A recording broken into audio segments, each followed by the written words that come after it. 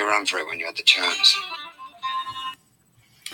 Well, this is a scene from a personal favorite film of mine called The Hit, starring Terrence Stamp, and there's John Hurt. This is a movie about whether we can handle death, and I would urge you to watch it. I've kind of ruined it for you by giving you the ending here, but this is a background here. This is a gangster film, and it starts out 10 years before this, in which the other character here, see if we can get him on screen. What for? You'd have found me again? This character here, Willie, played by Terrence Stamp, he turns state's evidence against his friends. He's a gangster, and I don't know how you want to put it. He rats out or snitches or does whatever he does. I mean, and he doesn't do it for noble reasons. He does it to save himself. And he's put in a witness protection program. He's ensconced in this beautiful place in Spain to sort of live a different life. But he knows all along that eventually they're going to come get him. And he prepares for 10 years. He's a sort of a working class guy with little education. And he spends 10 years reading books and thinking and writing, and all in a way to prepare himself. And he does prepare himself, as you'll see in this scene.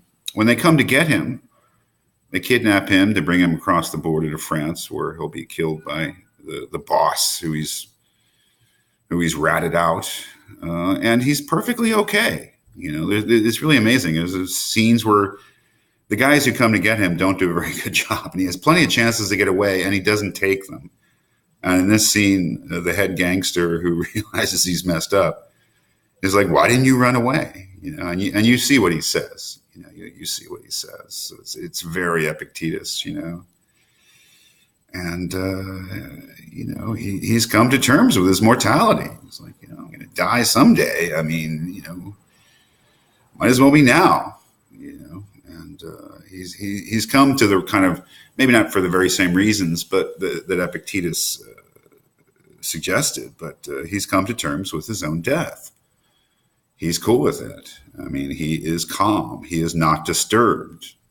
He has accepted this as one of those things that's natural to a human being, and everyone has to go, and this is his way, and to keep on fighting against it. You know, you could do that, but then again, you could not do that. There's reasons not to do it, and he's ready. You know, he's ready to go, and I think the scene between him and the other character, the other gangster, is really very effective. I remember when I first saw this, I was already into philosophy, and I was very, very impressed by the articulateness of the way that he expresses this philosophical position about death. And he, you know, is a very heroic character. And this other gangster, who is just a cold-blooded killer, would have got the boy into trouble.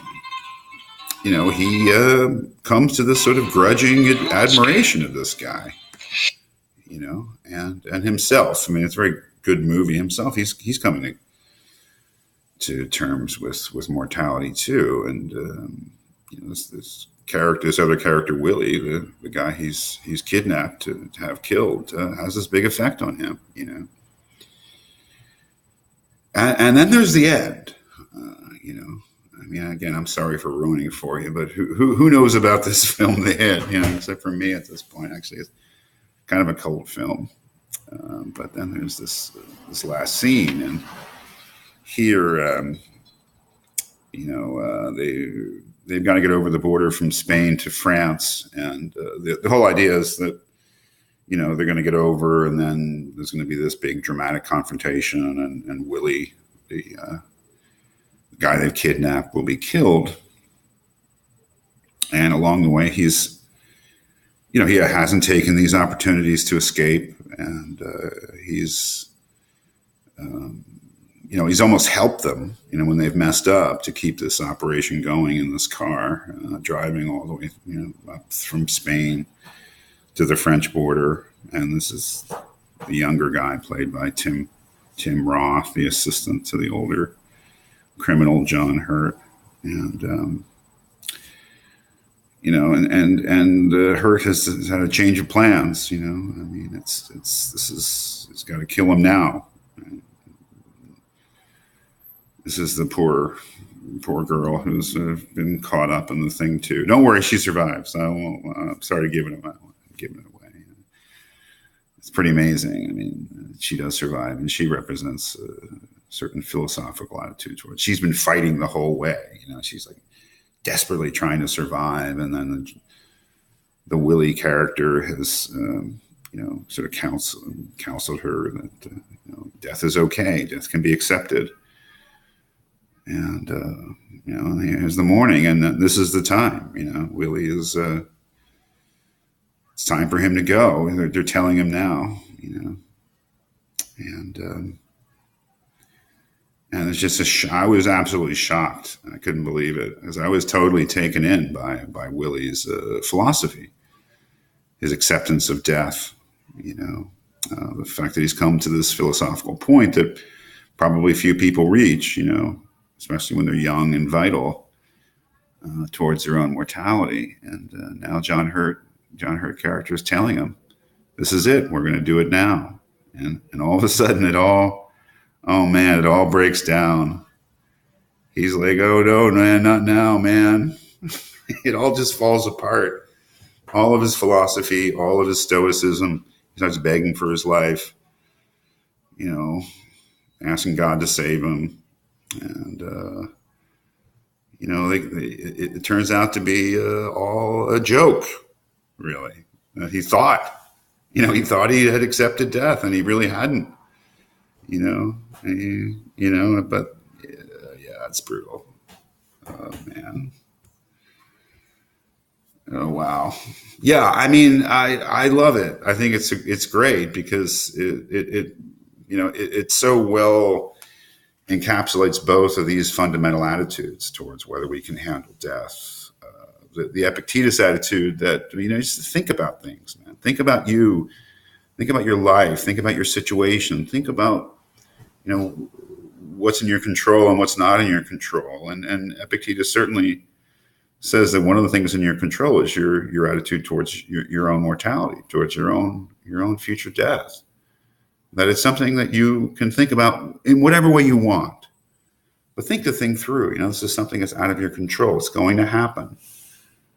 You can maybe do things to delay it, but you can't really determine when or how you're going to die at the end of the day. And you certainly have no control of the fact that someday you will die, that your mortality is something that is inescapable. You have the choice to accept it rationally, as one of those things that's out of your control, and to concentrate rather on what's in your control and your response to it, your subjective response to it. The movie does a great job with that previous scene in showing how this man has seemingly achieved this equanimity about death.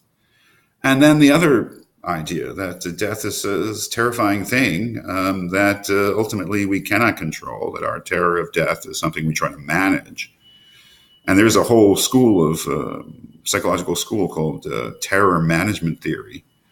You can Google that if you like, which really springs from Becker's thesis in Denial of Death, and the idea that we have all these psychological ploys that we employ, we use to distract ourselves from that fundamental terror of death.